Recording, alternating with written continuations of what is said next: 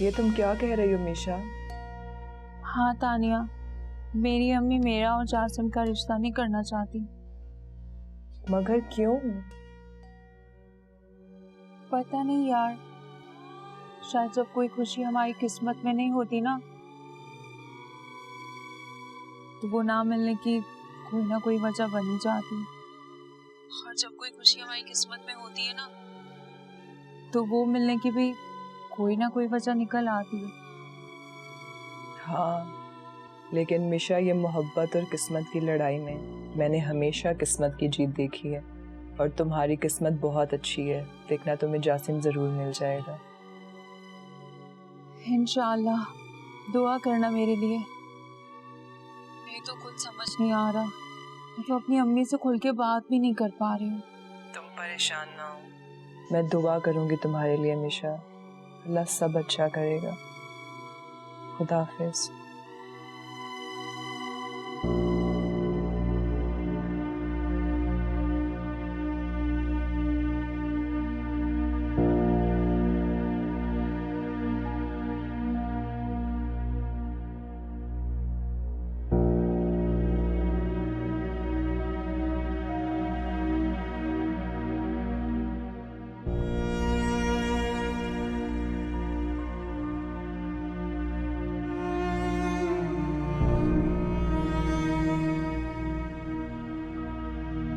असल में मुझे ऐसा लगता था कि ये रामिस मेरे बेटों की तरह है, और अब भी मुझे ऐसा लग रहा है जैसे मैं अपने जिगर गोशे को अपनी बेटी दे रहा हूँ।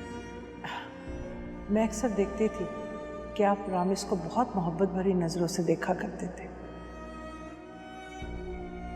वो मुझे शुरू से बहुत अजीज है। असल में जब वो पैदा हुआ था और रमा पैदा हुई थी, तो मैंने तो उसी वक्त रिश्ता पक्का कर दिया था। यूं समझो कि ऐलान अब हुआ।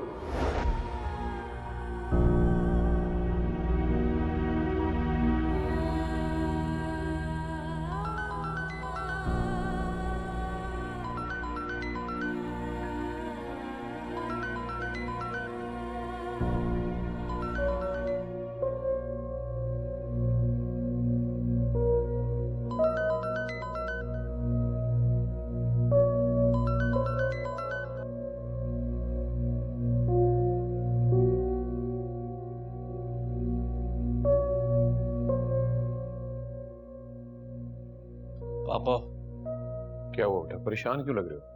पापा जब से रमा और मेरी मंगनी हुई है, वो मुझसे कुछ कुटी कुटी सी रहती है। मेरा फोन तक नहीं उठा रही है। इस वजह से परेशान? जी बेटा कमाल करते हो बेटा, ये हमारा कल्चर है। जब लड़कियों की बात पक्की हो जाए तो चाहे वो जितनी मर्जी मॉडर्न क्यों ना हो, हया का दामन नहीं छोड़ती। रिलैक्स हो, ऐसी कोई बात नहीं।